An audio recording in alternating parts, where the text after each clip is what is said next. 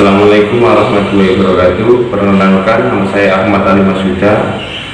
Saya mahasiswa Ilmu Al-Quran dan Tafsir di Fakultas Usuluddin dan Pemikiran Islam UIN Sunan Kalijaga, dalam mata kuliah hermeneutika. Di sini saya akan menjelaskan tentang hermeneutikanya Schleiermacher. Sebenarnya Schleiermacher membagi hermeneutika itu menjadi dua, yaitu gramatikal dan psikologis. Akan tetapi di sini saya akan menerangkan lebih khususnya pada hermeneutika psikologis. Sebagaimana yang kita ketahui, psikologis adalah menerangkan tentang seseorang, menjelaskan tentang seseorang, ilmu tentang menjelaskan tentang seseorang. Bagaimana kita melihat seseorang tersebut, itu adalah ilmu psikologis. Dalam hermeneutika psikologis kita akan mengidentifikasi seseorang yang membuat teks, atau kalau dalam ilmu penafsiran kita akan mengidentifikasi, meneliti dan meninjau seorang mufasir. Kalau dihubungkan dalam ilmu penafsiran, akan tetapi kalau dalam umum kita akan meneliti tentang orang yang membuat teks tersebut. Seperti hanya contoh buku novel, kita akan meneliti latar belakang seseorang yang membuat novel tersebut. Kalau dalam ilmu tafsir, kita akan meneliti seorang mufasir tersebut, bagaimana latar belakang dia, bagaimana dia berpendidikan, bagaimana lingkungan yang dihadapi oleh mufasir tersebut, dan pemikiran-pemikiran yang dilakukannya. Itulah psikologis, hermeneutika psikologis. Di sini Schleiermacher membagi metode hermeneutika psikologis menjadi dua, yakni metode divinatory. Nah, dimaksud divinatory ialah metode di mana kita akan masuk dalam kejiwaan seorang mufasir tersebut.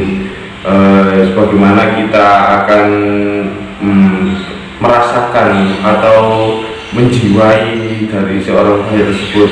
Yang kedua yakni metode perbandingan. Kalau metode perbandingan ini yakni kita membandingkan mufasir antara mufasir satu dengan mufasir yang lainnya. Bagaimana cara pemikiran mufasir yang ini dengan mufasir yang ini. Contohnya dalam masa penafsiran Indonesia, kita akan membandingkan bagaimana corak pemikirannya Quraisy Shihab dan corak pemikirannya Hamka. Begitulah kalau metode perbandingan. Kalau metode divinatory, kita akan masuk ke dalam kejiwaan seorang mufasir. Contohnya Quraisy Shihab, kita akan meninjau bagaimana si Quraisy Shihab itu, apakah dia latar belakangnya seorang yang dari kaum biasa, atau memang sudah dari kecil dia berpendidikan oleh orang tuanya. Kedua yakni bagaimana sikap dia, bagaimana teologi yang kebiasaan dalam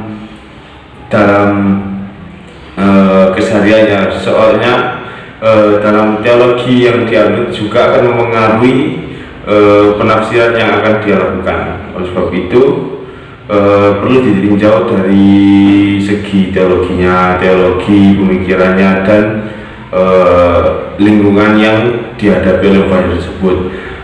Schleiermacher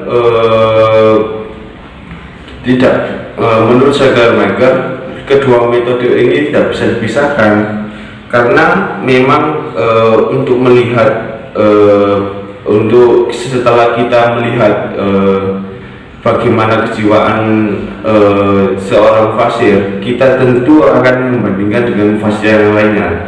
Dalam metode ini, dalam hermeneutika ini ada keterkaitan antara satu dengan yang lainnya. Kita tidak akan bisa membandingkan dengan yang lain kalau kita belum tahu menjiwai mufasir yang satu. Begitu juga kalau kita sudah bisa mengetahui mufasir yang satu, kita tidak akan bisa mengklok